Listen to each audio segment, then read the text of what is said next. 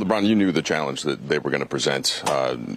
Pretty obviously the way that they're able to kind of wear on teams as the game goes on. But what were some of the adjustments that you guys tried to make tonight, and what did they do to repel some of those back? Obviously the third quarter. We start with that. We didn't have the energy, the effort. And they put a 30-plus point quarter on us. And kind of took care of the game right there, honestly. We had moments, obviously, in the first half that was really good for us. We did a good job of sharing the ball and knocking down shots. In that third quarter, we didn't knock down shots. We didn't defend or get stops, I would say. We defended, but we didn't get stops, and it allowed them to kind of take control of the game. Down 3-0, and LeBron James just stood at that podium and told you exactly what happened. Third quarter, no energy, no effort. Oklahoma City dropped 30-plus points in one quarter, and the game was gone before anyone could stop it. That is not bad luck. That is a team getting outworked at the worst possible moment. But here is what stood out more than the loss itself. LeBron did not look broken. He did not deflect. He did not blame the referees or the schedule or the injuries. He said it straight. We didn't have it in that third quarter, and they took the game from us. At 41 years old, facing a 3-0 deficit, that kind of honesty from the podium either means this man is completely at peace with how this ends, or he genuinely believes Monday is different. We still got life. Those were his words. What is your level of anger and or disappointment? I don't want to say I'm not angry or disappointed. Obviously you're disappointed, and it's a fact like you being down 3-0, obviously.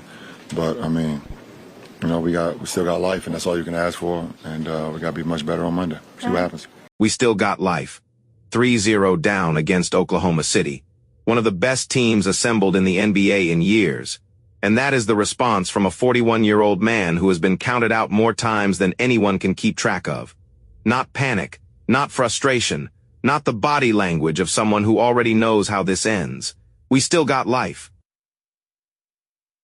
Now think about what it actually takes to say, the cameras are right in your face. Every reporter in that room is waiting for a crack, waiting for the first sign that LeBron James finally looks his age, finally looks like someone who understands the math of a 3-0 deficit, and he gives them nothing. Is it genuine belief, or is it the most disciplined poker face in the history of professional sports? Because LeBron has been in impossible situations before. He came back from 31 against these exact Warriors with a block and a chase down that nobody who watched it will ever forget. But this is different. JJ compared the Thunder to some of the 90s Bulls teams or the 17-18 Warriors teams. Said they're an all-time great team. You obviously played against those 17-18 Warriors teams. Do you think this Thunder team ranks right up there? They're pretty damn good from top to bottom. And they don't let their foot off the gas. LeBron, in the third quarter, collectively, you guys are minus 31. What's happening in the third quarter, them versus what you guys are doing? I don't know. But obviously the number speaks for itself. When you guys played Oklahoma City, and I think it was February or something like that, you talked about how it's their ability to sustain energy, to sustain execution. Going up against that in this series, just what have you kind of made of their stamina in that way? No, it's not nothing. It's because it's not surprising. You've seen them over the years. They have a lot of bodies, and they got a lot of guys that can do multiple things on the floor. So everything and more. That is what LeBron James says it will take to beat Oklahoma City. Not just more effort, not just better execution. Everything, and then more on top of that. At 41 years old, down 3-0, against a team that has spent this entire season looking like they were built specifically to end runs like this. And he still believes. The shape-shifting comment is the one that tells you the most about why this series has gone. OKC does not have one identity you can prepare for. They switch everything. They throw different looks at you every quarter. They have the personnel to make adjustments faster than most coaching staffs can even call timeouts. JJ Redick can draw up a perfect play, and by the time LeBron touches the ball, Oklahoma City has already changed what they are showing him. That is not just talent, that is a system, a culture, built over years under one of the best coaching staffs in the league. And when it came to OKC's ability to switch and shapeshift, LeBron didn't sugarcoat it. Very challenging. They have the personnel. Doesn't matter what you put on the floor, they adjust. But here is what LeBron said when asked what it will actually take on Monday. And this is the part you need to hear. It helps to have that depth.